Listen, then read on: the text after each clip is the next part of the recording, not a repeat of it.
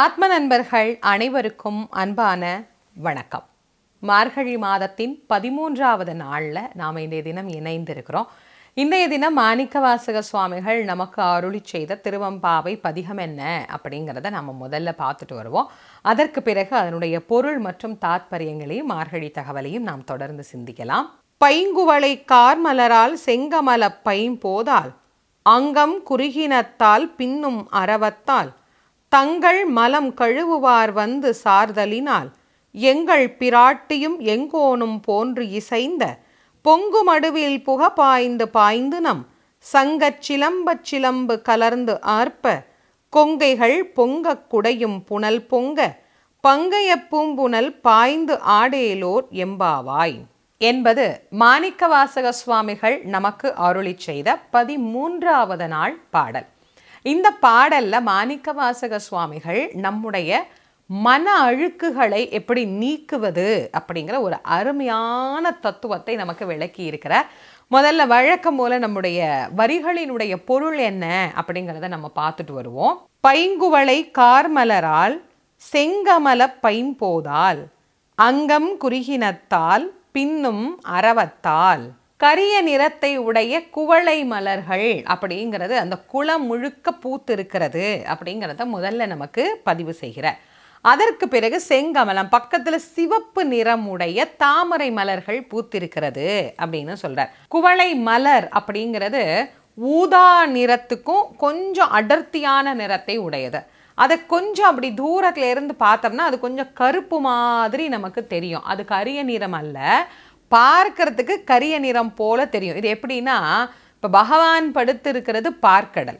அந்த பார்க்கடலை கம்பர் ஒரு இடத்துல சொல்லுகிற போது கருங்கடற்பள்ளியில் கலவி நீங்கி போய் அப்படின்னு சொல்லியிருப்பார்.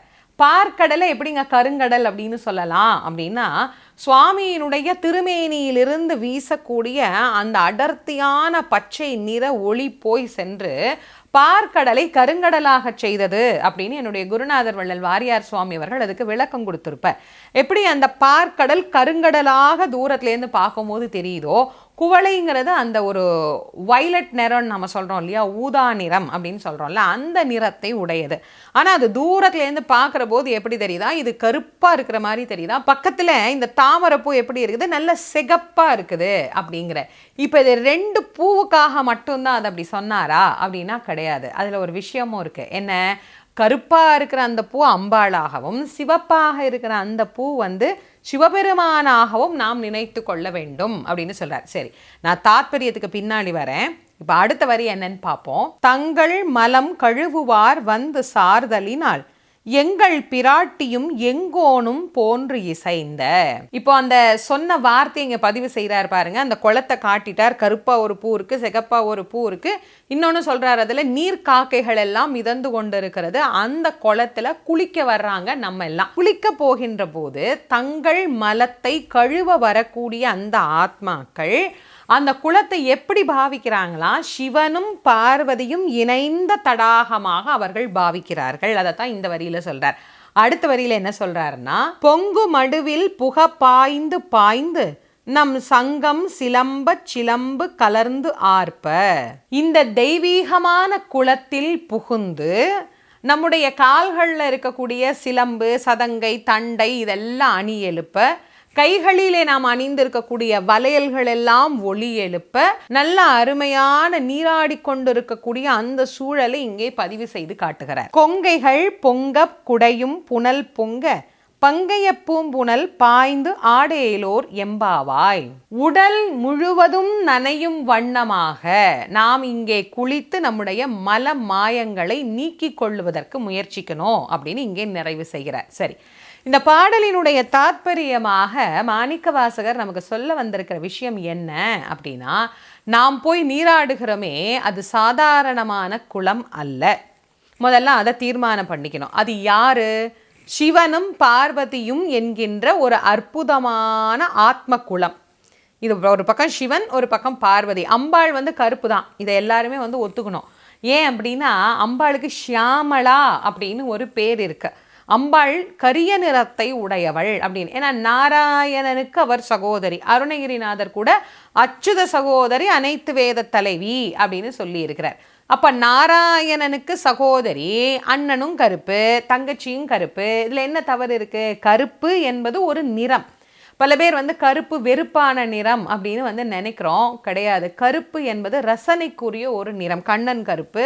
எல்லாம் இந்த உலகத்தில் எடுத்தோம் அப்படின்னா கருப்பு ஒரு வெறுமைக்குரிய நிறம், அல்லது அது கூடாத நிறம் அப்படிங்கிறது கிடையாது. அம்பாளே கருப்பு. அதனால தான் அவளுக்கு ஷியாமலா தேவி அப்படிங்கிற திருநாமத்தை நாம் வைத்து வழிபடுகிறோம்.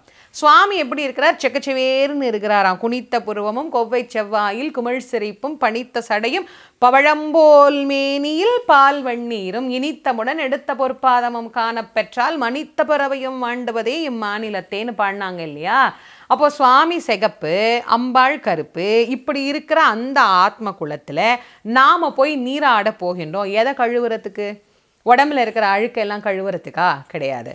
மனதில் இருக்கின்ற அழுக்குகளையும் ஆத்மாவில் இருக்கின்ற தேவையற்ற மலங்களையும் கழுவுவதற்கு தான் இறைவன் என்கின்ற திருக்குளத்தில் நீராட வாருங்கள் அப்படின்னு நான் கூப்பிடுறேனே தவிர சும்மா உடம்ப நனைச்சிட்டு போகிறதுக்கு நான் உங்களை கூப்பிடலை. மாணிக்க வாசகர் மிக தெளிவாக இங்கே நமக்கு பதிவு செய்து காட்டுகிறார். அதனால் நாம் என்ன பண்ணணும்? ஏதோ சும்மா குளிக்கிறதுக்கு கூப்பிட்டார்னு நினைக்கக்கூடாது.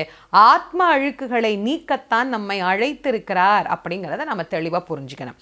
இன்றைய மார்கழி தகவல் என்ன அப்படின்னு பார்ப்போம்.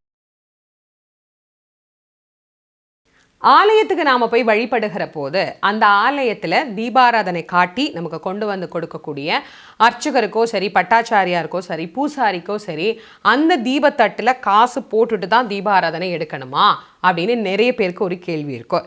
அதில் நிறைய பேர் சொல்கிற பதில் என்னென்னா, அதில் போட்டு எடுத்தால் தான் நமக்கு புண்ணியம், இல்லாட்டி நமக்கு பாவம் வந்துடும், அதனால் கண்டிப்பாக நம்ம போடணும் அப்படின்னு சொல்லுவாங்க. அது அதனால் மட்டும் கிடையாது. அப்படி காரணம் அல்ல. அதற்கு வேறு சில காரணங்கள் உண்டு. முதல்ல, நமக்காக சுவாமியிடத்திலே விண்ணப்பம் செய்யக்கூடியவர்கள் தான் அர்ச்சகர்களாக இருக்கட்டும், சிவாச்சாரியார்களாக இருக்கட்டும், அல்லது பூசாரியாக இருக்கட்டும், பட்டாச்சாரியாக இருக்கட்டும், யாராக வேணா இருக்கட்டும், நமம் பொருட்டு நமக்காக அவர்கள் என்ன பண்ணுறாங்க? இறைவனிடத்தில் விண்ணப்பம் செய்கிறாங்க. ஒருத்தர் நமக்காக ஒரு வேலையை செய்கின்ற போது அவருக்கு உண்டான வாழ்வியலுக்கு உண்டான வேலைகளை நாம் தானே செஞ்சு கொடுக்க முடியும். இப்போ நமக்கு ஒருத்தர் உதவி செய்கிறார் அப்படின்னா நாம் அவருக்கு உதவி செய்வது அப்படிங்கிறது ஒரு சாதாரணமான மனித இயல்பு. இது ஒன்றும் பெரிய விஷயமே கிடையாது. இப்போது கோவிலில் பூஜிக்கக்கூடியவர்களுக்கு என்ன வருமானம்? சுவாமிக்கு தொண்டு செய்யலாம், சரி. அப்போ தொண்டு செய்கிறவருக்கு என்ன வருமானம்? அப்போ அவருடைய வாழ்வாதாரம் எப்படி அமைஞ்சிருக்கும்? அவருக்கு ஏது காசு? அவருக்கு யார் சம்பளம் கொடுப்பா? இந்த மாதிரி கேள்விகள் வாழ்க்கையில் எழதானே செய்யும். எத்தனை பேருக்கு இதுக்கு பதில் தெரியும்? ஏதோ கோயிலுக்கு போகிறோம், ஏதோ அர்ச்சகர் இருக்கிறாரு, ஏதோ பூஜை பண்ணுறாரு, நம்ம பாட்டு போய் கும்பிட்டுட்டு வந்துடலாம் அப்படின்னா அவர் காலையிலேருந்து ராத்திரி வரைக்கும் அங்கேயே உட்கார்ந்துருக்கணும் அப்படின்னா அவருக்கு உண்டான குடும்பத்துக்கு உண்டான தேவைகள் அங்கே கிடைச்சாதானே அவரால் உட்கார முடியும். நீங்கள் யோசிச்சு பாருங்கள், வருமானமே இல்லாத கோவில்கள் எவ்வளவு இருக்குது. அப்போது அரசாங்கத்திலிருந்து கிடைக்கக்கூடிய அந்த குறைந்த வருவாய் சம்பளம் அப்படிங்கிறது ஒரு பூசாரிக்கோ, ஒரு அர்ச்சகருக்கோ, ஒரு பட்டாச்சாரியாருக்கோ போதுமானதா இந்த காலத்தில் அப்படின்னா கிடையாது. அது பத்தாது. அப்போ அவங்களுக்கு எப்படி வருமானம் வரும்? அந்த காலத்தில் அவங்களுக்குன்னு வயல் கொடுத்தாங்க, அவங்களுக்குன்னு ஒவ்வொரு முறையும் அறுவடை செய்கிற போது நெல் கொடுத்தாங்க, பழங்கள், காய்கறிகள்னு எல்லாமே தானமாக வந்துகிட்டு இருந்தது. இப்போல்லாம் தானம் கொடுக்குறதே குறைஞ்சி போச்சு. அப்புறம் எங்கேருந்து அவர்களுக்கு வருவாய் இருக்கும்? அவங்க மனைவிக்கு உண்டான வேலைகளை செய்து கொடுக்கணும், குழந்தைங்களை படிக்க வைக்கணும், அவர்களுக்கு கல்யாணம் பண்ணி வைக்கணும். இத்தனைக்கும் உண்டான வருவாய்க்காக வெளியில் போய் வேறு பூஜைகளிலேயும் அவர்கள் கலந்து கொள்ளலாம். அப்போ கோவிலையும் பார்த்துக்கணும், வெளி பூஜையும் எடுத்துக்கணும். அப்படின்னும் போது எதையாவது ஓரிடத்துல தவற விட்டால் அவர்களுக்கு உண்டான அந்த வருவாய் ஒன்று குறைஞ்சிருது. அப்போ நாம் கோயிலுக்கு போகிற போது சிறு துளி பெருவெள்ளம். கோயிலுக்கு நாம் போகின்ற போது ஒரு சாதாரணமாக ஒரு 10 ரூபா வச்சுக்கோங்க.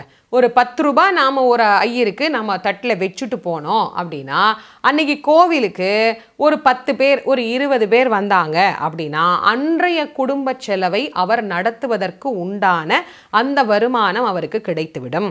எல்லா கோவில்லையும் தினம் 10 பேர் வருவாங்களா? தெரியாது.